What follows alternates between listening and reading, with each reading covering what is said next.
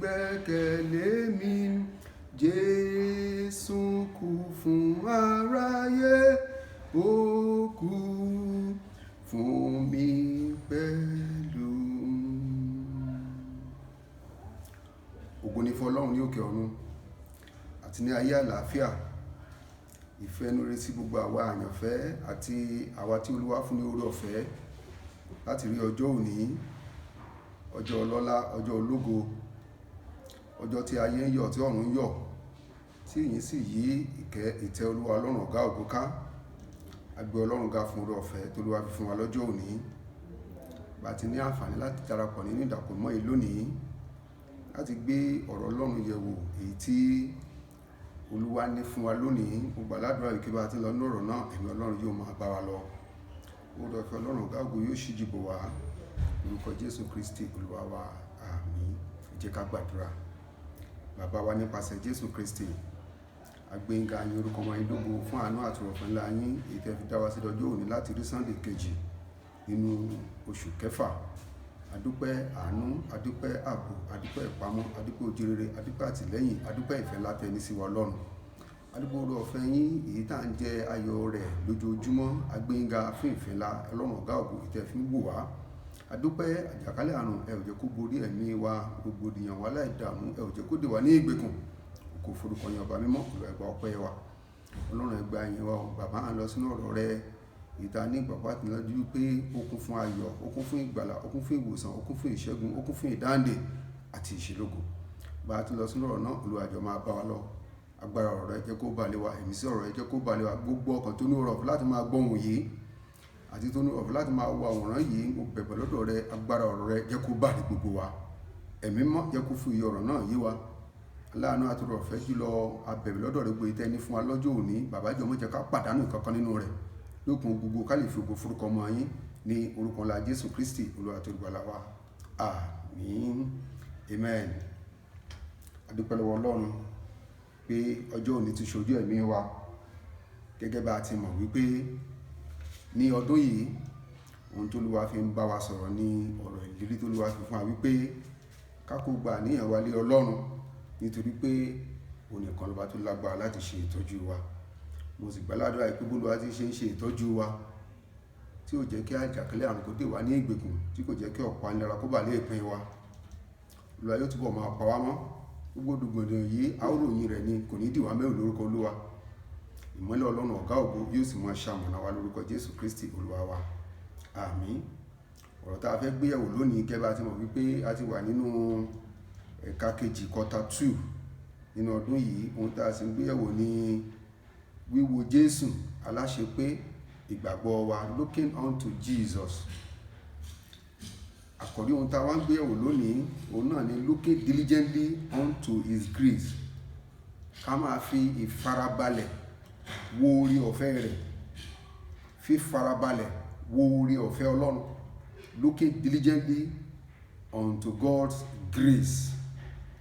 Ẹ̀kọ́ tí ó wà níwájú wa lónìí, òun ni ìwé Hébérù orí 12 láti ẹsẹ̀ ìkíní títí dé ẹsẹ̀ ìkarùndínlógún. Hebrew chapter 12 verses 1 to 15. Hebrew chapter 12 verses 1 to 15 tó kà báyìí wípé, nítorí náà bí a ti fi àwọsánmọ̀ tí ó kún tó báyìí fún àwọn ẹlẹ́rìí yí wa ká, ẹ jẹ́ kí a pa ohun ìdíwọ́ gbogbo tì sí apá kan àti ẹ̀ṣẹ̀ tí ó rọrùn láti dì mọ́ wa, ká sì máa fi sùúrù èje tí a gbé ka iwájú wa, kí a máa wo Jésù olùpilẹ̀ṣẹ̀ àti aláṣepé ìgbàgbọ́ wa, ẹni nítorí ayọ̀ tí a gbé ka iwájú rẹ̀, tí ó farada àgbélébùú láì ka ìtìjú sí, tí ó sì jókòó ní ọwọ́ ọ̀tún ìtẹ́ Ọlọ́run. Ṣáà wo ti ẹni tí ó farada irú ìṣòro òdì yìí láti ọ̀dọ̀ àwọn ẹlẹ́ṣẹ̀ sí ara rẹ̀, kí a má bàa rẹ̀wẹ̀sì ní ọkàn wa, kí àárẹ̀ sì mú wa. Ẹ̀yin kò tí ì kọ ojú ìjà sí ẹ̀ṣẹ̀ títí dé ẹ̀jẹ̀ ní ìjàkadì yín.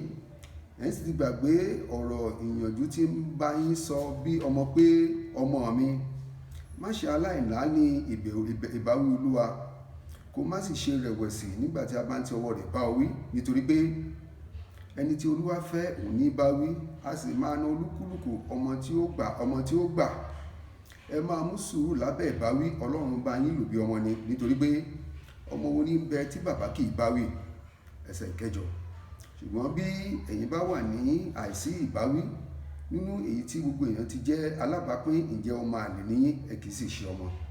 Pẹ̀lúpẹ̀lú àwa ní bàbá wa nípa ti ara tí ó ń tọ́ wa, àwa sì ń bu ọlá fún wọn. Àwa kì yóò kúkú tẹríba fún bàbá àwọn ẹ̀mí kí a sì yè. Ẹsẹ̀ kẹwàá. Nítorí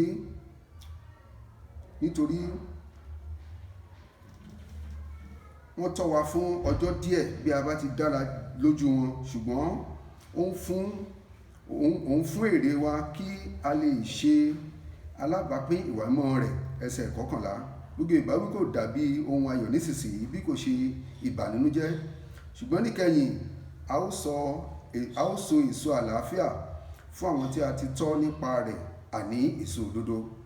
Nítorí náà ẹ na ọwọ́ tí ó rọ àti eékún àìlera, kí ẹ sì ṣe ipa ọ̀nà tí ó tọ́ fún ẹsẹ̀ yín, kí ẹni tí ń rọ̀ má bàa kúrò lórí ike, ṣùgbọ́n kí a kúkú wò ó sàn.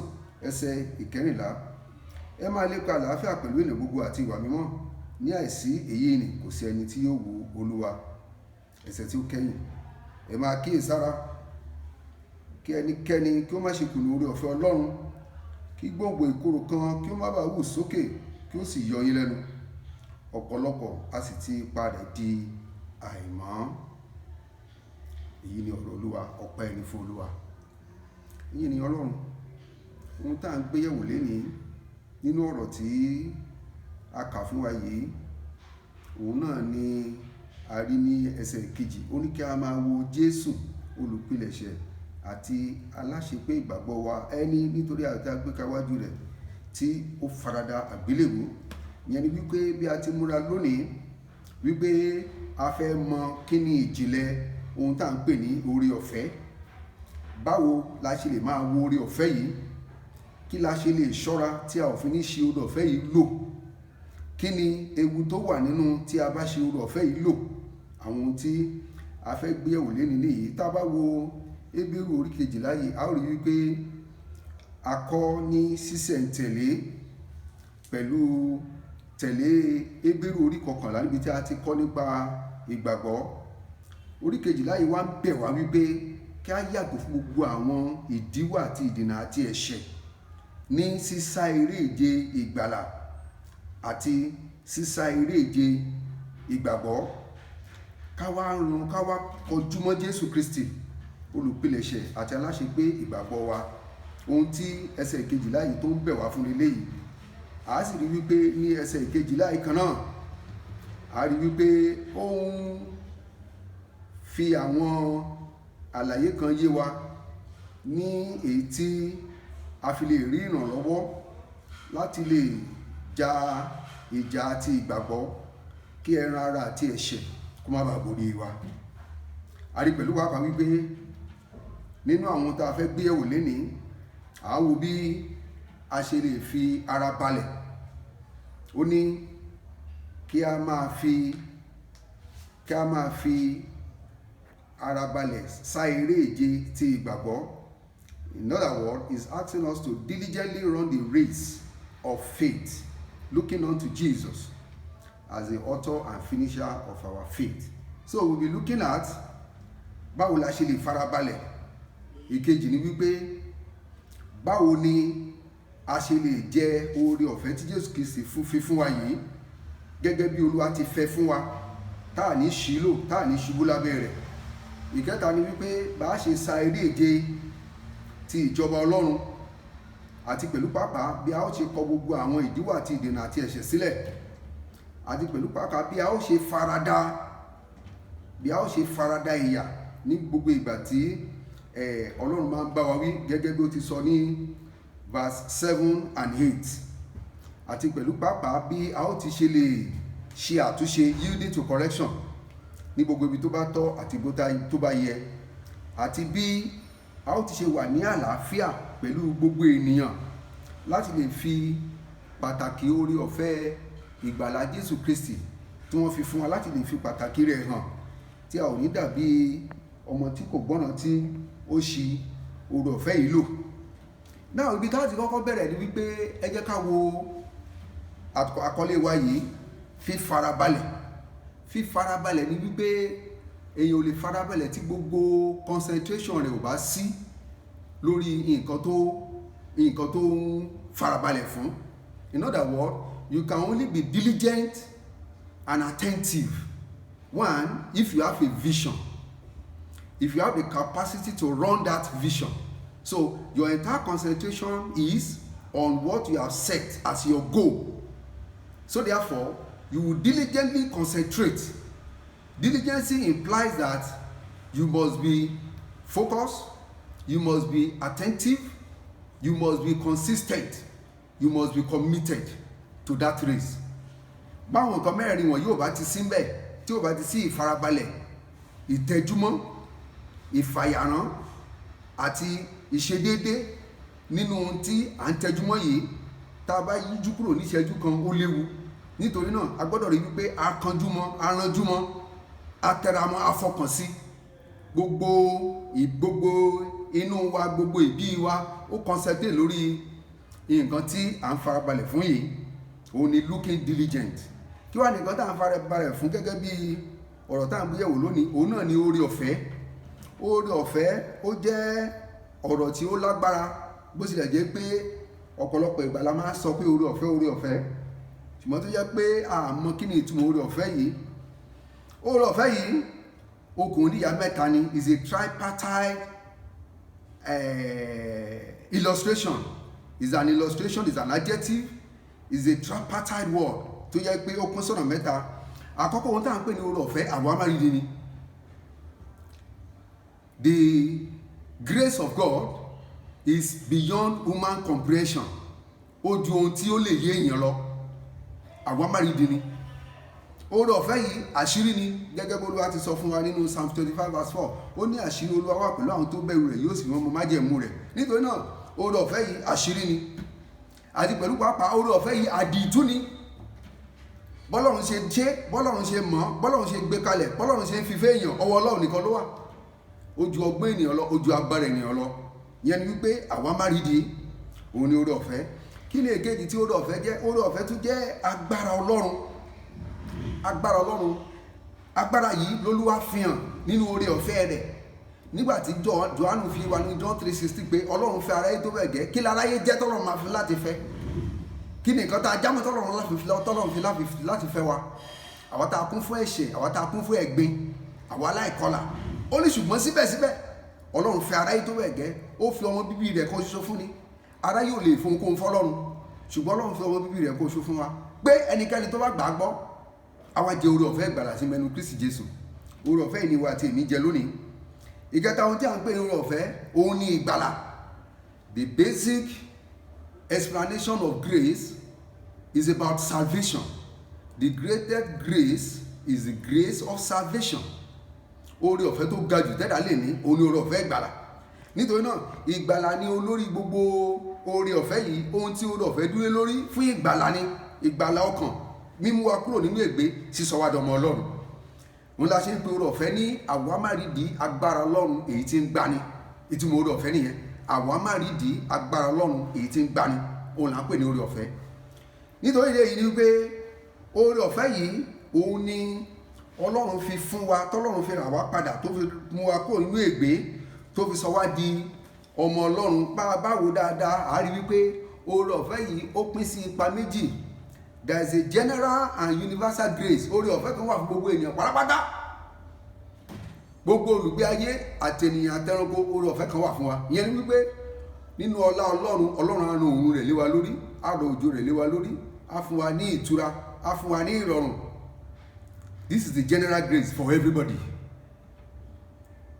Èkejì tó jẹ́ pàtàkì, òun náà ni oore ọ̀fẹ́ Jésù Kristi fún iye gbogbo ọkàn tó bá gbà á gẹ́gẹ́ bí Olúwa àti olùgbàlà wọn. Ìyẹn ni pé àwọn tó gba Jésù gẹ́gẹ́ bí Olúwa àti olùgbàlà wọn yìí, wọ́n ti dàgbà sókè. They have advanced from the universal grace to the peculiar grace that is in Christ Jesus. Wọ́n lè ṣe sọ wípé àwa ni olú àlùfáà, ènìyàn ọ̀tọ̀, orílẹ̀-èdè mímọ́, oore ọ̀fẹ́ èyí tá a rí nínú Kristi Jésù nìyẹn, ó sọ wá di ọba àti àlùfáà sí Ọlọ́run wa. Revelation chapter 1 verse 6 yẹn ni wípé ní gbogbo ọkàn tó wà nínú Kristi Jésù nínú èyí tá a fẹ́ gbé ẹ̀wò lónìí yìí, wọ́n ti dàgbà sókè kúrò nínú oore ọ̀fẹ́ gbogbogbò, wọ́n ti bọ́ sínú oore ọ̀fẹ́ èyí tá a yà sọ́tọ̀ fún àwọn ọmọ Ọlọ́run. Bá a sì ti fi oore ọ̀fẹ́ yìí bá a ti fi yà wọ́n sọ́tọ̀ gẹ́gẹ́ bí ọmọ Ọlọ́run, wọ́n ní oore ọ̀fẹ́ láti ní ìdàpọ̀ mímọ́ pẹ̀lú Jésù Kristi nínú àdúrà, nínú ẹ̀bẹ̀, nínú orin ìyìn. Wọ́n ní ìdàpọ̀ mímọ́ pẹ̀lú Ọlọ́run nípasẹ̀ Jésù Kristi, nítorí wípé kòtò èyí tó pín àwa àti Ọlọ́run níyà, tó sọ wá di ọ̀tá Ọlọ́run nígbà tí ènìyàn ṣẹ̀ ní ọgbà Édẹ́nì, Jésù ti bá wa di. Ó ti mú wa kúrò nínú ègbé, ó ti sọ wá di ọmọ Ọlọ́run. Oore ọ̀fẹ́ ńlá yìí la rí gbà gẹ́gẹ́ bí àyànfẹ́ Ọlọ́run. Nígbà kan dí Olúwa sọ fún àwọn Ísírẹ́lì wípé òun fún wọn ní oore ọ̀fẹ́ tó yàtọ̀.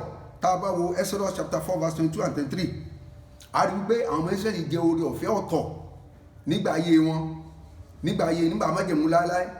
Ọlọ́run dá wọn mọ̀ yàtọ̀. Ọlọ́run pè wọ́n ní àkọ́bí òun, Ọlọ́run pè wọ́n ní èèyàn òun, Olúwa pè wọ́n ní orílẹ̀-èdè òun, Olúwa pè wọ́n ní ènìyàn ọ̀tọ̀. Ọlọ́run dẹ̀ ń bá wọn dì, ìyẹn ni wípé wọ́n jẹ oore ọ̀fẹ́ tó yàtọ̀ sí gbogbo àgbáyé. Ṣùgbọ́n nígbà tí Jésù Kristi Olúwa ti gbàlà wá ti wá sí ayé láti fi ẹ̀jẹ̀ rẹ̀ rà wá padà, láti kú fún ẹ̀ṣẹ̀ gbogbo aráyé tí kìí ṣe fún àwọn Ísírẹ́lì nìkan mọ́, a ti wá ní oore ọ̀fẹ́. We have now position to enjoy great and greater grace ju èyí táwọn Ísírẹ́lì gan jẹ nígbà yẹn lọ, nítorí pé nísinsìnyí Jésù Kristi òun ni agbẹjọ́rò wa, òun ni àpáta ìgbàlà wa, òun ni ìgbẹ́kẹ̀lé wa, òun nìkan ṣoṣo ni olùfúnni ní ìyè, òun nìkan ṣoṣo ni olùfúnni ní ìṣẹ́gun. Wọ́n sọ fún alẹ́ ní wípé a ní láti sá eré ìje, ìyẹn ni wípé the grace of the kingdom require 3 major things. It requires that you be connected with Jesus. O lè sá eré ìjọba Ọlọ́run bí Jésù bá fún ọ lórí ọ̀fẹ́. Matthew chapter 11 from verse 26 ó jẹ́ kó yé wa. Ó ní àwọn tí Olúwa fi hàn, àwọn tí Jésù Kristi fi hàn Ọlọ́run, àwọn nìkan ló mọ Ọlọ́run, àti àwọn tí Jésù Kristi fi hàn fún. In other words, ó ní bàbá, ó ní bẹ́ẹ̀ náà ni ó tọ́ ní ojú rẹ̀. Ó ní ohun gbogbo la fi fún láti ọ̀dọ̀ bàbá mi wá. Ó ní kò sí ẹni tó mọ ọmọ bí kò ṣe bàbá. Ìyẹn ni pé a lè mọ ohun ẹni tí Jésù jẹ́ bí kò ṣe Ọlọ́run. Ó ní bẹ́ẹ̀ ni kò sí ẹni tó mọ bàbá bí kò ṣe ọmọ. A lè mọ Ọlọ́run bí kò ṣe pé Jésù Kristi fi wá hàn. Ó ní àti gbogbo àwọn tí Jésù Kristi bá fi hàn Ọlọ́run, àwọn nìkan oṣù lè mọ Ọlọ́run. So our access to God today is only made available through the work of salvation of Christ Jesus. Ikú àti àjíǹde Jésù Kristi, òun ló ra èyí fún wa, òun ló sọ wá dọmọ Ọlọ́run, tá a fi ní oore ọ̀fẹ́ láti lè máa sá eré ìjọba Ọlọ́run yìí. Kí wá ní ìkẹrin tá à ń gbé yẹ̀wò, òun náà ni avoiding hindrance and sin. Òǹkọ̀wé Hébérù yìí ó ń bẹ̀ wá wípé bí a ti fi àwọ̀sánmọ̀ ó kún tó báyìí fún ẹlẹ́rìí yí wa ká. Yẹn ni wípé atẹ́gùn tá à ń fẹ́ sí mú ẹlẹ́rìí ni, erùpẹ̀ tá à ń tẹ̀ nílẹ̀ ẹlẹ́rìí ni, àwọ̀sánmọ̀ tó wà lórí wa ẹlẹ́rìí ni. Gbogbo àwọn nǹkan tó ń wò wá nìyí wípé how are we living to reciprocate the disposition of Christ Jesus for our salvation. Ìyà tí Jésù ń jẹ nítorí wa, ikú Jésù lórí igi àgbélébùú, báwo la ti ṣe ìlú sí láti lè fi ìmoore rẹ̀ hàn nípa sísá fún ẹ̀ṣẹ̀, nípa kíkọ ìwà ẹ̀rí sílẹ̀, nípa rírìn ní ìrẹ̀lẹ̀ pẹ̀lú Ọlọ́run wa. Nítorí náà a lè wà nínú oore ọ̀fẹ́, a lè wà nínú ẹ̀ṣẹ̀ ká ní kó oore ọ̀fẹ́ máa pọ̀ sí. Alàgbà Pọ́ọ̀lù nínú ìwé rẹ̀ Róòmù orí 6 ó ní kí a má rí. Ìyẹn ni wípé ẹ̀ṣẹ̀ àti oore ọ̀fẹ́ wọn lè jọ rìn pọ̀. Ìkan lóògùn nínú rẹ̀, ìsára kó máa gbé ìgbé ayé ẹ̀ṣẹ̀ tó parí sínú ìparun, ó kó máa gbé ìgbé ayé oore ọ̀fẹ́, kó o sì máa rìn ní ìrẹ̀lẹ̀ pẹ̀lú Ọlọ́run rẹ, kó o máa rìn ní ìbẹ̀rù pẹ̀lú Ọlọ́run rẹ, kó o máa rìn ní ìfẹ́ pẹ̀lú Ọlọ́run rẹ àti ìfẹ́ sọ́mọlàkejì nípa mímú ìpinnu rẹ̀ ṣẹ fún ayé rẹ nínú ìrìnàjò ìwà láyé. Bó o bá ti ṣe èyí, gbogbo ìgbàgbọ́ rẹ rántí ó ló ti pẹ́ tó ti ń ṣe ìgbàgbọ́ láyé. Ó ṣùgbọ́n ògo Ọlọ́run kan ní ìwà rẹ, ó ní ìwà ìgàn, ìwà ìfẹ́ràn ọmọlàkejì. Ó ní kò sí alápatà kan tó lè pagún lápagbé. yẹn ni wípé ìgbàgbọ́ 20 ọdún ìgbàgbọ́ 1000 ọdún kò tẹ́ ṣubú bí ṣubú bẹ́yìn ò bá kíyèsára. Ọlọ́run á jọ̀ọ́ á ràn wá lọ́wọ́, Olúwa ò ní jẹ́ ká ṣubú sọ́wọ́ ẹ̀ṣẹ̀. Ó tó àsọ fún wa bẹ́ẹ̀ pé ká máa farada ìbáwí, yẹn ni pé ẹni tí bàbá bá fẹ́ràn ni bàbá ń bá wí. Ní gbogbo ìgbà tọ́lọ́run bá ń bá wa wí, ẹ jẹ́ ká farabalẹ̀ ká sì ṣe àtúnṣe, nítorí pé ẹni tọ́lọ́run bá fẹ́ òun lọ́lọ́run ń bá wí. Èkejì rẹ̀ olúwa ni wípé ó ní ká máa farada ìtọ́sọ́nà tọ́lọ́run bá correct wa, we must also strive to yield to correction. And the 7th one, we must sustain peace with all men. Nítorí wípé nínú oore ọ̀fẹ́ ni àlàáfíà wà, nínú oore ọ̀fẹ́ lójú rere wà, nínú oore ọ̀fẹ́ ni àánú wà, nínú oore ọ̀fẹ́ ni ìràpadà wà. Bá a bá ń gbé nínú oore ọ̀fẹ́ yìí, a gbọ́dọ̀ mọ̀ wípé a ní láti wà ní àlàáfíà pẹ̀lú gbogbo ènìyàn, kì í ṣe pẹ̀lú àwọn ọ̀rẹ́ wa nìkan, ṣùgbọ́n a gbọ́dọ̀ wà ní àlàáfíà pẹ̀lú gbogbo ènìyàn. Nígbà yìí la fi mú oore ọ̀fẹ́ Ọlọ́run ṣẹ. Àwa ní láti tún wò ó pé àwọn nǹkan kan wà tá a ní láti kíyèsára, nítorí pé ọ̀pọ̀lọpọ̀ ìgbà ni ènìyàn á máa sọ wípé òun wà nínú oore ọ̀fẹ́ tí kò sì ní mọ̀ wípé òun ti ṣi oore ọ̀fẹ́ yìí lò.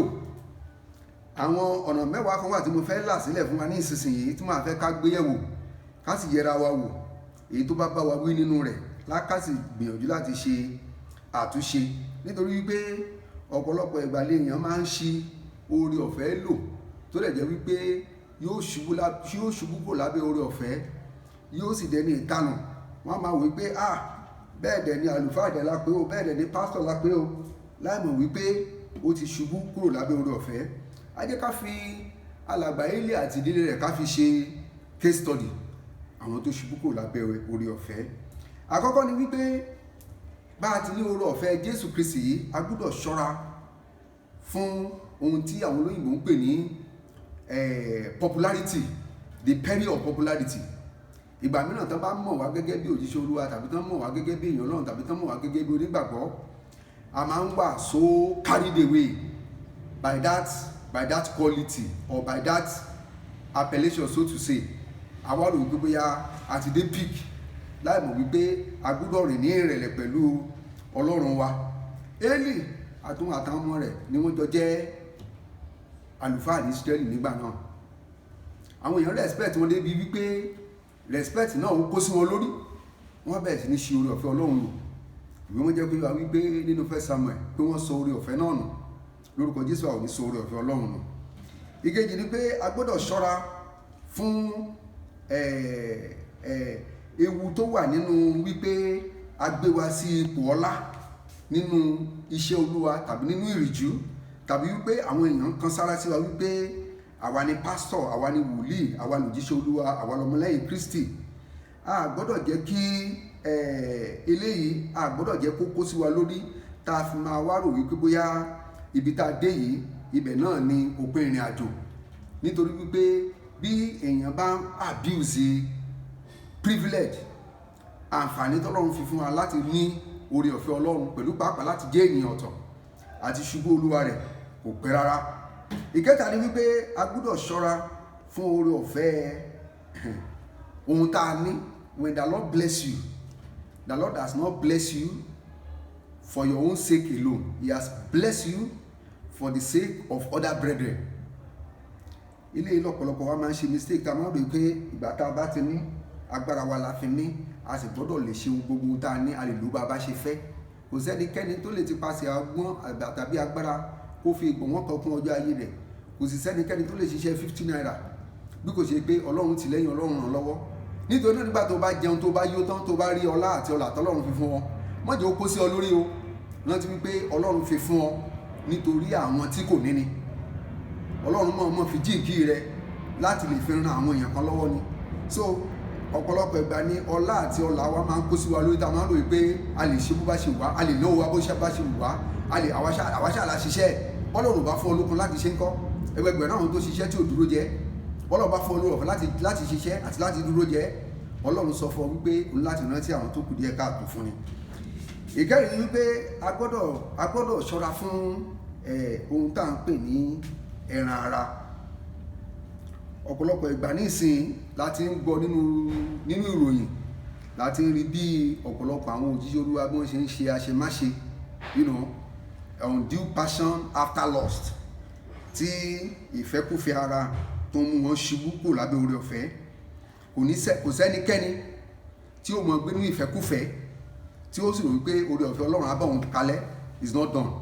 Àwọn ọmọ Léfì àwọn náà ṣe àṣemáṣe yìí torí pé wọ́n ní oore ọ̀fẹ́ láti jẹ́ ọmọ àlùfáà àti pẹ̀lú pàpà láti jẹ́ àlùfáà. Kí làwọn náà ṣe? Àwọn náà bẹ̀rẹ̀ sí ní ṣe àwọn ọmọbìnrin bó ṣe wù wọ́n bẹ̀rẹ̀ sí ní jẹ ayé ìjẹkújẹ. Bó bá ṣe oore ọ̀fẹ́ Ọlọ́run pẹ̀lú ayé ìjẹkújẹ, mọ́ jẹ́ ń tọ̀ ọ́ torí ẹgbẹ̀rún ọdún tọ́lọ́run bá ti padà lẹ́yìn òjíṣẹ́ Olúwa, ẹkú iṣẹ́ Olúwa ni wọ́n sì mọ̀ kí. Wọ́n rò pé oore ọ̀fẹ́ sì wà fún wọn, nímọ̀ wípé ó ti ṣubú kúrò lábẹ́ oore ọ̀fẹ́. Lórúkọ Jésù, a ò ní ṣubú kúrò lábẹ́ oore ọ̀fẹ́. Nítorí náà láti kíyèsára wípé a ò gbọ́dọ̀ jẹ́ kí ẹran ara kó mú wa kùnà oore ọ̀fẹ́ yìí. Ìkarùn ni wípé we must be very very careful with over familiarity with things of God. Ọlọ́run bá fún ọ lóore ọ̀fẹ́ tó lálàá, àbó orí náà ó sì sọ ìran náà ó sì ṣẹ, àbó kọ́yàn ní ẹ̀kọ́ ọ̀rọ̀ Ọlọ́run, wọ́n sì kan sára sí ọ wípé ẹ̀mí Ọlọ́run ń bẹ lára rẹ, mọ́ torí bẹ́ẹ̀ sọ́ra rẹ dọlọ́run. Oore ọ̀fẹ́ lórí gbà. Ọ̀pọ̀lọpọ̀ ìgbà ni torí pé a ti mọ Ọlọ́run, torí pé a ti jẹ́ èèyàn rẹ̀, torí pé Ọlọ́run ti ń gbẹnu wá sọ̀rọ̀, torí pé Ọlọ́run ti ń lò wá, a máa ń fẹ́ wuga, a máa ń fẹ́ gbé ṣódà pàdé wọ̀ wípé kọ́ kó forúkọ mi tì í, èmi ni mo rí, èmi ni mo sọ, ó di dandan kó ṣẹ. Ọ̀pọ̀lọpọ̀ ìgbà máa ń gbéra wa ga báyìí. Irú ìgbéraga báyìí ìgbéra ṣánlẹ̀ ni. The peril of over familiarity. Then we also need to look at the peril of consistency. Yẹn ni wípé kéèyàn sá eré ìje ìgbàgbọ́ débì kan kó wá jókòó tẹ́rẹ́tẹ́ wípé òun ti dé peak, gẹ́gẹ́ bí wòlíì Èlájà ti ṣe pé Olúwa èmi nìkan ló kù. Wọ́n ti pa ọgbọ̀n wòlíì rẹ̀. Olúwa sì sọ pé wá ìwọ nìkan kọ́ ló kù o, 700 sì wà bẹ́ẹ̀ tí ó ti forí balẹ̀ fún bá. Nítorí náà a gbọ́dọ̀ dé ipò tá a máa fi jókòó tẹ́tẹ́rẹ́tẹ́ tí a ò ní sá eré ìjọba Ọlọ́run mọ́. Ó ní ẹni tó bá ṣe títí dópin la ó gbàlà, kì í ṣe ẹni tó bá ṣe dáàbọ̀, kì í ṣe ẹni tó bá ṣe dàárín. Nítorí náà ẹ jẹ́ ká gbìyànjú láti rí pé a ṣe títí dé òpin. Then a gbọ́dọ̀ ṣọ́ra fún ìgbé ayé inconsistent living, ìgbé ayé ìṣekúṣẹyẹ. Lónìí agbáṣọ àdúrà wọ̀ wọ́n dí wa gẹ́gẹ́ bí onígbàgbọ́, lọ́la a ti gbáṣọ ara wọ̀, a ti ń sọ wípé a ò gba wèrè mẹ́sìn. Irú àwọn ìgbé ayé méjì yìí kò lè bá Ọlọ́run gbé. Bíbélì jẹ́ pé yọ wípé they are kind of lukewarm living, kò gbóná kò tutù. Ọlọ́run kì í bá èèyàn bẹ́ẹ̀ rìn. Nítorí náà a gbọ́dọ̀ jẹ́, bàbá máa jẹ́ ọ̀ṣáká ká jẹ́ ọ̀ṣáká, bàbá máa jẹ́ òṣoko ká jẹ́ òṣoko. Wọ́n ní ọ̀ṣáká òṣoko kò yẹ ọmọ ènìyàn. Nítorí náà jẹ́ ká fi Jésù mọ̀ ọ́. Má jà fi Jésù mọ̀ ọ́ níjọ́ Sunday kó díjọ́ Monday kó jẹ́ pé owó la fi mọ̀ ọ́. Ojú rẹ̀ á wá le tó bá ti débi ọ̀rọ̀ lówó dé, ò ní mẹni tí ò yẹ kó yàn jẹ. Then the 8th one, a gbọ́dọ̀ ṣọ́ra. Ó ní the peril of neglecting one's own spiritual life. Ọ̀pọ̀lọpọ̀ ìgbà ni àwa gẹ́gẹ́ bí onígbàgbọ́ àti pẹ̀lú pápá òjíṣẹ́ Olúwa la máa ń gbàgbé wípé àtùpà ò lè tanná rídìí ara rẹ̀. Èyí tó yẹ ká fi tiraka láti rí wípé a dúró nínú Kristi, láti rí wípé iná ìgbàgbọ́ wa kò jájò rẹ̀yìn. A máa ń rò wípé we can play with things of the spirit. Àwa gbàgbé a máa ṣorí olórí, àwòdì á sì gbé tọ̀tá wa lọ. Nítorí náà a gbọ́dọ̀ mọ̀ dájúdájú pé kò sí òjíṣẹ́ Olúwa tọ́lọ́run máa kọ́kọ́ béèrè ìjọ lọ́wọ́ rẹ̀. Congregation rẹ̀ ò bá tó 5 million. Àwọn tọ́lọ́run máa kọ́kọ́ béèrè lọ́wọ́ rẹ̀ ní aya àtìyàwó rẹ̀. Báwo ló ṣe wọ́n sí? Bó o bá ti fail ní ọ̀rọ̀ ìdílé, tí ìdílé rẹ̀ tó jẹ́ pọ̀ nìkan ló ń sá eré ìje ìgbàlà, tí o máa wọn àtìyàwó rẹ̀ dání, tó bá ti jẹ́ wípé ìwọ nìkan ló sáré ìgbàlà tí ìyàwó àtọmọ rẹ̀ ò sáré ìgbàlà, ọ̀rọ̀ rẹ̀ á dàbí ọ̀rọ̀ Élì ni o. Nítorí pé àbálọ àbábọ̀ a rí wípé àwọn ọmọ Élì wọn kó bá lọ́pọ̀lọpọ̀, nítorí wípé wọn ò bá bàbá wọn sá eré ìgbàlà. Bàbá náà sá eré ìgbàlà, kò máa wọn mọ̀ dání. Lórúkọ Jésù a ò ní pàdánù ìjọba Ọlọ́run. Ìkẹsàn-án, òun ni ewu tó wà nínú kí èèyàn máa compromise, kí èèyàn máa fi ọwọ́ yẹpẹrẹ, kó máa fọwọ́ yẹpẹrẹ mú ọ̀rọ̀ òtítọ́. Ó ti dé level kan ní ìsìn tó jẹ́ pé òtítọ́ ti ṣọ̀wọ́n. A lot of men of God wants to tell people what they want to hear. not what God wants to tell them. Ohun tí ọ̀pọ̀lọpọ̀ ìjọ sì ń lé kiri ni wípé kí pastor ti sọ nǹkan tó fẹ́ fún wọn, kán ti pariwo, kán ti óyè lé pastor lórí, because nǹkan tó fẹ́ ló ń sọ fún wọn, kì í ṣe nǹkan tọ́lọ́run fẹ́. So in most cases, afọwọ́ yẹpẹrẹ mú òtítọ́ ọ̀rọ̀ Ọlọ́run, we compromise the word of God, thinking that the word, the standard of the kingdom of God can be compromised. The standard cannot be changed. Agbọ́dọ̀ mọ̀ dájú pé òṣùwọ̀n ìjọba Ọlọ́run kò lè yí padà, ọ̀rọ̀ Ọlọ́run kò lè yí padà, òtítọ́ ò lè yí padà, òtítọ́ lòtítọ́ a máa jẹ́, irọ́ ò lè pé lógún ọdún kó wá dòtítọ́, bẹ́ẹ̀ sì ni òtítọ́ ò lè dirọ́ láéláé. Nítorí náà a gbọ́dọ̀ ṣọ́ra láti rí wípé a ò compromise òtítọ́ ọ̀rọ̀ Ọlọ́run. Olúwa ní sọ fún ẹlẹ́ṣẹ̀ bí ò bá yí padà yóò kú nínú ẹ̀ṣẹ̀ rẹ̀. Ìwọ pẹ̀lú pàápàá bó bá kọ̀ tó bá sọ fún, ìwọ náà lẹ́bi nínú rẹ̀. Nítorí náà ẹ má jà fọwọ́ yẹpẹrẹ mú ẹ̀ṣẹ̀ àti àìṣedédé, nítorí wípé Ọlọ́run nítòótọ́ ló kún fún ọ̀pọ̀lọpọ̀ àánú àti oore ọ̀fẹ́, ṣùgbọ́n ìtẹ́ ẹ̀ṣẹ̀ kò lè bá Ọlọ́run kẹ́gbẹ́ pọ̀. Lórúkọ Jésù a ò ní sọ̀jọba Ọlọ́run. The last one, which is the 10th one, only the peril of enticement and distractions of the world. Yẹn ni pé nínú ayé tá a wà yìí, ọ̀pọ̀lọpọ̀ ohun ẹ̀tàn àti ìtànjẹ ó ti gba oore ọ̀fẹ́ lọ́wọ́ ọ̀pọ̀lọpọ̀, débi wípé ọ̀pọ̀lọpọ̀ òjíṣẹ́ Ọlọ́run nísìnyí ohun ayé ni wọ́n ń lé kiri. Ọ̀pọ̀lọpọ̀ pẹ̀lú pàápàá àwọn bá tiẹ̀ sọ pé Jésù ń bọ̀ lónìí àbí Jésù ń bọ̀ lọ́la, aniláìlá ní kò tí ì lè wá, yóò jẹ́ kí n jẹ gbádùn gbogbo àwọn nǹkan tí mo kó jọ iná. Ọ̀pọ̀lọpọ̀ wa ti ra ayé yìí débi wípé a ti rò wípé a ò ní lọ kúrò nínú rẹ̀ mọ́, nítorí pé Sátánì ti fi ọ̀pọ̀lọpọ̀ ẹ̀tàn àti ìtànjẹ ó ti fi mú ọ̀pọ̀lọpọ̀ kúrò ní ìgbàgbọ́. Yóò máa sọ pé oore ọ̀fẹ́ wà fún nítòótọ́, bẹ́ẹ̀ ni oore ọ̀fẹ́ wà fún, oore ọ̀fẹ́ wà fún, ṣùgbọ́n rántí o, Jésù sọ wípé lọ́jọ́ ìkẹyìn wọ́n sọ wípé orúkọ rẹ la fi ṣe iṣẹ́ ìyanu, orúkọ rẹ la fi ṣe iṣẹ́ ìwòsàn, orúkọ rẹ la fi ṣe ìgbàlà. Olúwa sọ pé èmi kò mọ̀ yín rí, ẹ̀yin oníṣẹ́ ẹ̀ṣẹ̀. Yẹn ni pé fún ẹnikẹ́ni ó ní ẹ má ṣe fẹ́ ayé àti ohun tó ń bẹ nínú ayé, ó ń bẹ ẹnikẹ́ni má fẹ́ ayé, ó ní ìfẹ́ ti bàbá kò sí nínú rẹ̀.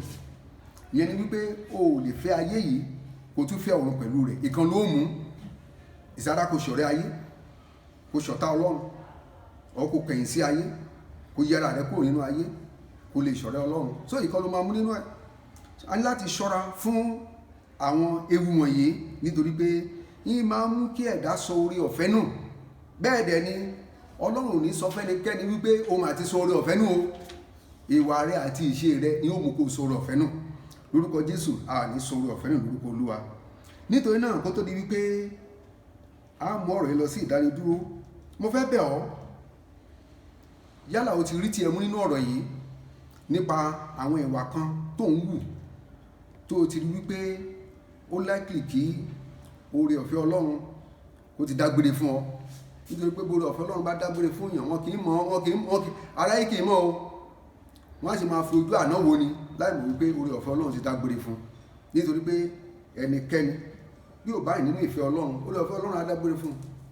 Ẹnikẹ́ni tó bá yan ọmọlàkejì jẹ, oore ọ̀fẹ́ Ọlọ́run á dágbére fún.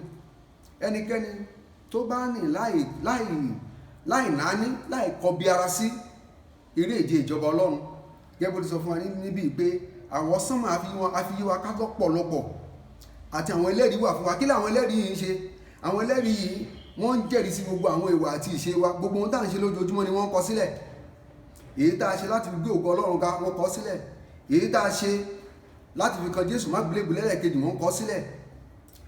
A lè mọ̀ bóyá àwọn náà ti ń kan Jésù má gbélébùú nípa ọ̀rọ̀ ẹnu rẹ, nípa èrò ọkàn rẹ, nípa ìwà rẹ, nípa ìṣedédé níwájú Ọlọ́run.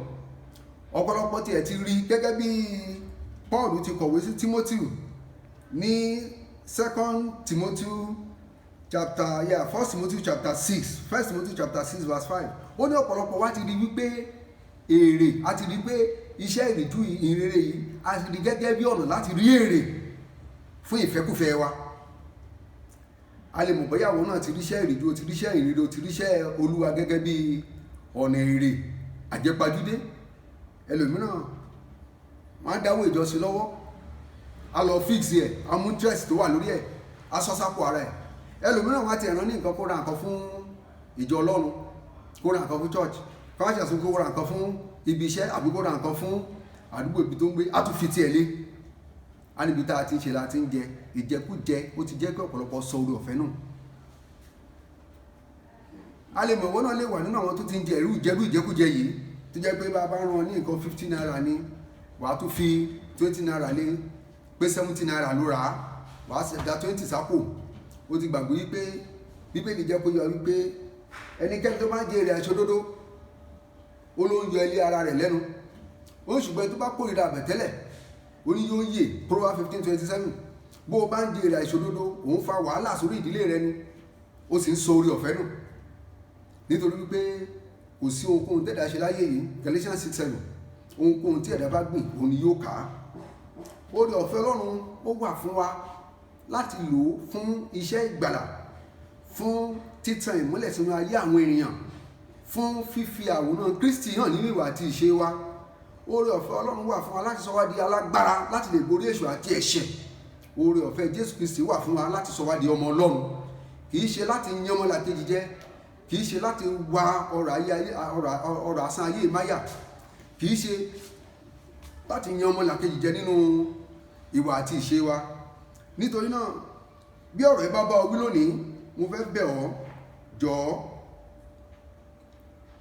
má dágunlá sí rárá.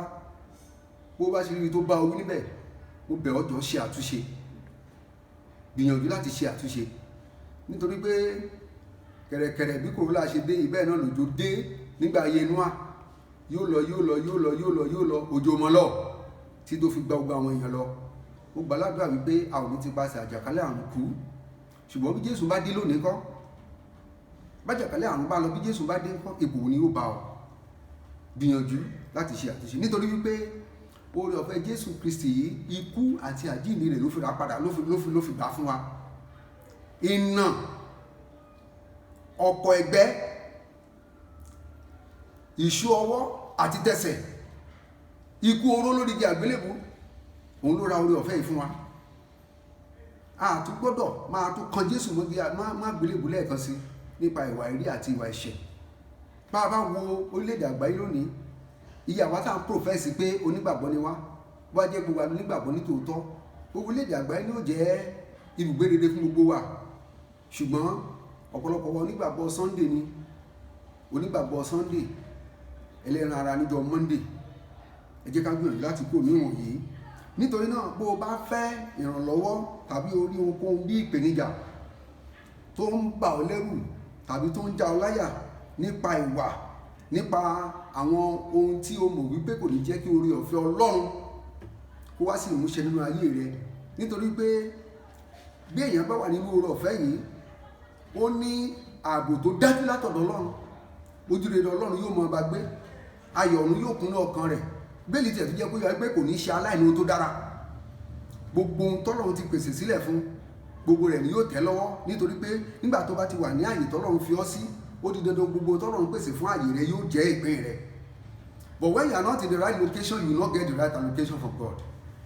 Nítorí náà bó o bá mọ̀ wípé o ti wà nínú àwọn ìwà kan tó lòdì sí ìgbàlà, tó lòdì sí oore ọ̀fẹ́ yìí, mo bẹ̀ ọ́, o lè wo àwọn ìwé program wa, àwọn phone numbers wà ńbẹ̀, àwọn counselor tó o lè pè tí wọ́n gbà ọ́ níyànjú lórí bí o ti ṣe padà sínú oore ọ̀fẹ́. It is very, very possible to fall out of grace. In fact, you can easily fall out of grace if care is not taken. You can fall out of grace at any time if care is not taken. But the grace of Christ Jesus, His atonement is available for you to also restore you in His salvation, only if you can confess and turn away from your sinful way. Nítorí náà gbìyànjú láti kúrò nínú ẹ̀ṣẹ̀, kúrò nínú ìwà ẹ̀rí, kúrò nínú àìṣedédé, kúrò nínú ọ̀rọ̀ ìsọkúsọ, kúrò nínú àìkóra ẹni ní ìjánu, kúrò nínú àìbìkítà, kúrò nínú wíwá ọrọ̀ asán ayé máyà, kúrò nínú ṣíṣọ̀rẹ́ ayé. Àwọn àmì àti àpẹẹrẹ tá a ní lẹ́nu ọjọ́ mẹ́ta ti jẹ́ pé yọ wípé mi ò lè ṣe kí n mọ́ náwó lórí òkú, mi ò lè ṣe kí n mọ́ náwó lórí ìyàwó. Àwọn àmì àti àpẹẹrẹ tá a rí ti jẹ́ pé yọ wípé asán àti múlẹ̀ mọ́fo ni. In fact, ní Ghana tí mo wà tí mo ti ń bá yín sọ̀rọ̀ yìí, mo ní orí ọ̀gá ìsọ fún yín pé wọ́n yọ̀ lórí òkú ní Ghana ju Nàìjíríà lọ. Ṣùgbọ́n nígbà tó fi ìjọba dé, oníkálukú ń bo òkú rẹ̀ mọ́lẹ̀ ni, kò sí afẹ́fẹ́ yẹ̀yẹ̀ kankan mọ́. Ìyẹn ni wípé there are many things that we are celebrating today that are not worthy of celebration in the kingdom of God. Ó ní má ṣe sunkún fún òkú, ó ní iṣẹ́ rẹ̀ tán lẹ́yìn. Ìyẹn ni wípé kì í ṣe àwọn ìnáwó tá a ṣe lẹ́yìn òkú ló mú kó kú ọ̀jọ̀ba Ọlọ́run, bí kò ṣe iṣẹ́ rere tó gbé ṣe ní ayé. Ìwọ náà gbìyànjú láti ṣe rere láyé kí wọn náà bá lè wọ̀jọba Ọlọ́run. Mo gbàládùra wípé gbogbo ti jẹ́ ti Kristi Jésù Olúwa, oore ọ̀fẹ́ yìí kò ní bọ́ sọnù lọ́wọ́ wa. Agbára àti oore ọ̀fẹ́ láti lè jẹ ayọ̀, àlàáfíà, ìgbàlà, agbára, ìṣẹ́gun tí ń bẹ lórí ọ̀fẹ́ Ọlọ́run tí yóò pin Olúwa yóò fi fún wa. Rántí o, ó ní kí a máa wo Jésù Kristi olùpilẹ̀ṣẹ̀ àti aláṣepé ìgbàgbọ́ wa. Jésù la gbọ́dọ̀ tẹjúmọ́, Jésù la gbọ́dọ̀ fọkàn tán, Jésù la gbọ́dọ̀ gbẹ́kẹ̀ wálé, Jésù la gbọ́dọ̀ máa wò, Jésù la gbọ́dọ̀ máa tẹ̀lé. Ẹnikẹ́ni tó bá rí wa gbọ́dọ̀ rí Jésù nínú ayé wa, nítorí pé ẹni tá a bá ń tẹ̀lé òun ni wọ́n rí nínú ayé wa. Bí wọn bá ti rí Jésù nínú ayé wa, ìyẹn fi hàn pé Jésù kọ́ là ń tẹ̀lé nìyẹn. Bá a bá ń tẹ̀lé èṣù, tá a bá ń tẹ̀lé ayé, wọn ò ní rí Jésù nínú ayé wa. Aráyé ò ní rí wa kó sọ wípé wọ́n bá Jésù pàdé. And if people cannot mistake you for Jesus, if your Christianity is not contagious enough for people to be infected, to be affected, to be impacted with Christ in your life, then you are not a Christian. Then you are not enjoying the grace. Then the grace is not meaningful in your life. And I pray we will not miss this grace in the name of Jesus. Oore ọ̀fẹ́ láti bá Jésù jọba títí dópin, Ọlọ́run á fi fún wa. Ẹ má jẹ́ á gbàgbé ayé kọjá lọ pẹ̀lú gbogbo ìfẹ́kúfẹ́ rẹ̀. Iye àwọn tó bá di òpó Kristi Jésù mú, àwọn nìkan la ó gbàlà. Gbóhunkóhun máa ń bẹ nínú ayé rẹ lónìí tí ò ní jẹ́ kó wọ ìjọba Ọlọ́run. Bí Jésù bá dé láti kó àwọn èèyàn fẹ́ lọ sínú ìjọba rẹ̀ lónìí, gbìyànjú láti kọ̀ ọ́ sílẹ̀, gbìyànjú láti padà kúrò nínú rẹ̀, gbìyànjú láti yí padà sí Ọlọ́run. Shepherd wa máa sọ wípé it is never too late for you to begin again. Ó bẹ́tà kó ṣẹ̀ṣẹ̀ bẹ̀rẹ̀, ká ṣẹ̀ṣẹ̀ ṣe ìrìbọmi fún ọ wípé ó ṣẹ̀ṣẹ̀ tó nígbàgbọ́, ju wípé kó máa bá lọ bó ṣe ń bá lọ yìí. Kí ìwọ Ọlọ́run kó máa nínú ayé rẹ, kí oore ọ̀fẹ́ Ọlọ́run kó máa wá sí ìmúṣẹ nínú ayé rẹ, kí aráyé má rí ọ, kán má rí Jésù, káráyé wọ́n rí ògo Ọlọ́run nínú ayé rẹ. Mo gbàdúrà wípé lórúkọ Jésù a ò ní pàdánù ẹ̀mí wa. Agbára tí ó wà fún láti bá Jésù jọba níkẹyìn, Olúwa yóò fi fún wa ní orúkọ Jésù Kristi Olúwa àti olùgbàlà wa. Àmín. Ẹ jẹ́ ká gbàdúrà. Ẹlẹ́dàá gbogbo ayé, bàbá aláàánú àti olùrọ̀fẹ́ jùlọ, agbára ẹ̀mí gbogbo ènìyàn, ọba tó mọ̀ wá tó mọ̀ wá, agbára nínú agbára, ìmọ́lẹ̀ láti inú ìmọ́lẹ̀, àwọn amárìdí agbára Ọlọ́run èyí tí ń gbani, ẹnìkan ṣoṣo Olúwa. Adúpẹ́ oore ọ̀fẹ́ ọ̀rọ̀ mímọ́ yín lónìí, adúpẹ́ ìfarahàn yín pẹ̀lú, adúpẹ́ nítorí wípé nínú ọlá ńlá yín, nínú oore ọ̀fẹ́ ńlá yín, ẹ tún fi ìtumọ̀ oore ọ̀fẹ́ yé wa lónìí wípé àwọn amárìdí agbára Ọlọ́run èyí tí ń gbani, fún iṣẹ́ ìgbàlà ni, fún ìràpadà ni, fún ìsọdọmọ ni, àti fún mímú wa kúrò ní ègbé láti sọ wá di ọmọ Ọlọ́run. Adúpẹ́ àánú ńlá ìta dígbà ìtẹ́ fi oore ọ̀fẹ́ yín jì kí wa, olùẹ̀gbà ọpẹ́ wa. Ọlọ́run ẹgbà yín wa o, Ọlọ́run àgbáyé ọba ìyanu, à ń tẹ̀síwájú nínú àjò wà láyé àti wà láàyè. Bàbá, ó ní èrè kí ló jẹ́ fún ènìyàn tó bá jèrè gbogbo ayé tó sì sọ ẹ̀mí rẹ̀ nù, tàbí kí lèèyàn fi lè ṣe pàṣípàrọ̀ ẹ̀mí rẹ̀. A bẹ̀ ọ́ Ẹlẹ́dàá wa àti olùgbàlà wa, bá tó fi ikú rẹ̀ ra ìyè fún wa. Agbára tí oore ọ̀fẹ́ tí a ò fi ní sọ ẹ̀mí wa nù, tí oore ọ̀fẹ́ yóò kò fi ní bọ́mọ́ wa lọ́wọ́, Olúwa jọ̀ọ́ fi fún wa Ọlọ́run. A bẹ̀ yín ẹlẹ́rìí ọba tí ń jẹ́ Jèhófà, àti gbẹ́kẹ̀wálé yín àtòlù tí ń gbé náà àwọn ọ̀run. Ẹlẹ́dàá gbogbo ayé ọba tí ń jẹ́ èmi Olúwa jọ̀ọ́ má jẹ́ kójú àdúrà tiwa Ẹlẹ́dàá. Agbára tí oore ọ̀fẹ́ láti rọ̀ mọ́ oore ọ̀fẹ́ rẹ títí dé òpin, tí a ò fi ní ṣubú kò lábẹ́ oore ọ̀fẹ́, tí a ò fi ní fi oore ọ̀fẹ́ pàtàn pé ìgbà kan èmi náà máa ń wá aṣọ ọ̀rọ̀ Ọlọ́run, ìgbà kan èmi náà máa ń wọ aṣọ àdúrà, ìgbà kan èmi náà máa ń ka Bíbélì tí mo ń gbé Bíbélì dání. Bàbá, agbára tí oore ọ̀fẹ́ tí a ò fi ní fi àǹfààní láì pétàn, Ọlọ́run ọ̀gá ògo, Olúwa jọ̀ọ́ jogún rẹ̀ fún wa, mú wa dúró dópin, dìwà mú wa tóbi jù, máa jọba nínú ayé rẹ̀. Ẹlẹ́rìí ọba tí ń jẹ́ èmi, ọ̀rọ̀ mọ́ rẹ sọ wípé tọ́ wò kí o sì rí nínú Olúwa. Ó ní ẹni ayọ̀ ní ọkùnrin náà àti obìnrin náà tó ń gbẹ́kẹ̀lé Olúwa. Ó ní ẹ bẹ̀rù ẹ̀yin èèyàn mọ́, nítorí pé kò sí àní fáwọn tó bẹ̀rù rẹ̀. Ǹjẹ́ mo bẹ̀ yín ọba yẹn Ọlọ́run ìyanu, ní gbogbo ọkàn tó ń gbọ́ mi yìí, tí wọ́n sì gbẹ́kẹ̀lé oore ọ̀fẹ́ àti àánú rẹ, aláàánú àti oore ọ̀fẹ́ Olúwa jọ̀ọ́ má jẹ́ kó ṣaláìní tó dára. Gbogbo ohun tó lè wù kó máa dùn wọ́n lọ́kàn, bàbá, yálà wọ́n wojú rẹ fún iṣẹ́ ni, wọ́n wojú rẹ fún ìgbéga ni, wọ́n wojú rẹ fún àtijẹ ni, wọ́n wojú rẹ fún àtimu ni, wọ́n wojú rẹ fún ìwòsàn, wọ́n wojú rẹ fún ayọ̀, wọ́n wojú rẹ fún àlàáfíà. Ọba Ọlọ́run ìyanu bá tí ń jẹ́ Olúwa jọ̀ọ́ bá mi dá lé wọn lórí, ẹnikẹ́ni gbogbo ọkàn tó ń gbọ́ mi lówùúrọ̀ yìí ẹlẹ́dàá ọba tí ń jẹ́ jùlọ àjọ mọ́jẹ́ kó ṣálẹ̀ ẹnu tó dára ògo rẹ wà rẹ olùwàjọ fúnra gbà yín wọn ká ọwọ́ agbára rẹ olùwàjọ fi dùn wọ́n mú. Mo wá bẹ̀ yín ẹlẹ́dàá gbogbo ayé gbogbo àrùn Íjíbítì èyí tó gbòde kan yìí olùwàjọ mọ́jẹ́ ká nípìn nínú rẹ̀ àtàwọn àtọmọ àtayà àtẹbí àtàrà àtijọ́ ọlọ́run olùwàjọ mọ́jẹ́ á nípìn nínú rẹ̀ ọwọ́ agbára rẹ olùwàjọ fi dì wá mú. Bàbá aláàánú àtòrò rẹ̀ fẹ́ jùlọ gbogbo ọkàn tó ní ìdojúkọ ní ti iṣẹ́ gbogbo ọkàn tí iṣẹ́ wọn dorí kodò gbogbo ọkàn tí iṣẹ́ pọ́lọ́ wọn mo kó ogun wá síwájú yín ọlọ́run olóore ọ̀fẹ́ àtàláàánú jùlọ bàbá aláàánú olóore ọ̀fẹ́ jùlọ fúnra ọ̀fẹ́ rẹ bá ń bẹ nínú ayé ènìyàn yóò sáré ìje láì ní ìnira bí oore ọ̀fẹ́ rẹ bá ń bẹ nínú ayé ènìyàn gbogbo ohun tó bá dáwọ́lé ni yóò máa ṣe déédé bí oore ọ̀fẹ́ rẹ bá ń bẹ nínú ayé ènìyàn bàbá aláàánú jùlọ ìránṣẹ́ ìmúṣẹ ìlérí yóò wà kàn níbi tó wá wò kó wà mo bẹ̀ ọba ayérayé gbogbo ọkàn tó ń gbọ́ mi lónìí ìránṣẹ́ ìmúṣẹ ìlérí olúwàjọ jẹ́ kó wá wọn kàn aláàánú àti ọ̀fẹ́ jùlọ wá gbà olúwàjọ fi dì wọ́n mú gbogbo àwọn tó wá ń jìjàkadì tí ẹran ara ń bá jìjàkadì tí ẹ̀ṣẹ̀ ń bá jìjàkadì tí oore ọ̀fẹ́ ti bọ́ sọnù kó lọ́wọ́ wọn ṣùgbọ́n nípa ọ̀rọ̀ tí wọ́n gbọ́ lónìí tí wọ́n pinnu láti ronú pòwàdà láti padà sínú oore ọ̀fẹ́ ọba ayérayé ọlọ́run ìyanu olúwàjọ tẹ́wọ́ gbà wọ́n fàánù rẹ gbọ́ tiwa ọlọ́run dìwà mú títí òpin wọ́n jẹ́ àpàdánù ìjọba ọlọ́run bàbá fòrò ọ̀fẹ́ rẹ fi gbé wa ró fọwọ́ gbà rẹ fi dìwà mú jẹ́ káyọ̀ máa wọ̀ ní ìgbàlà rẹ dìwà mú dópin atóbi jù a ó máa gbé a ó máa yìn lógo nítorí ikú àti àjíǹde Jésù Kristi olúwa àti olùgbàlà wa àmín àmín àmín lórúkọ Jésù praise God hallelujah.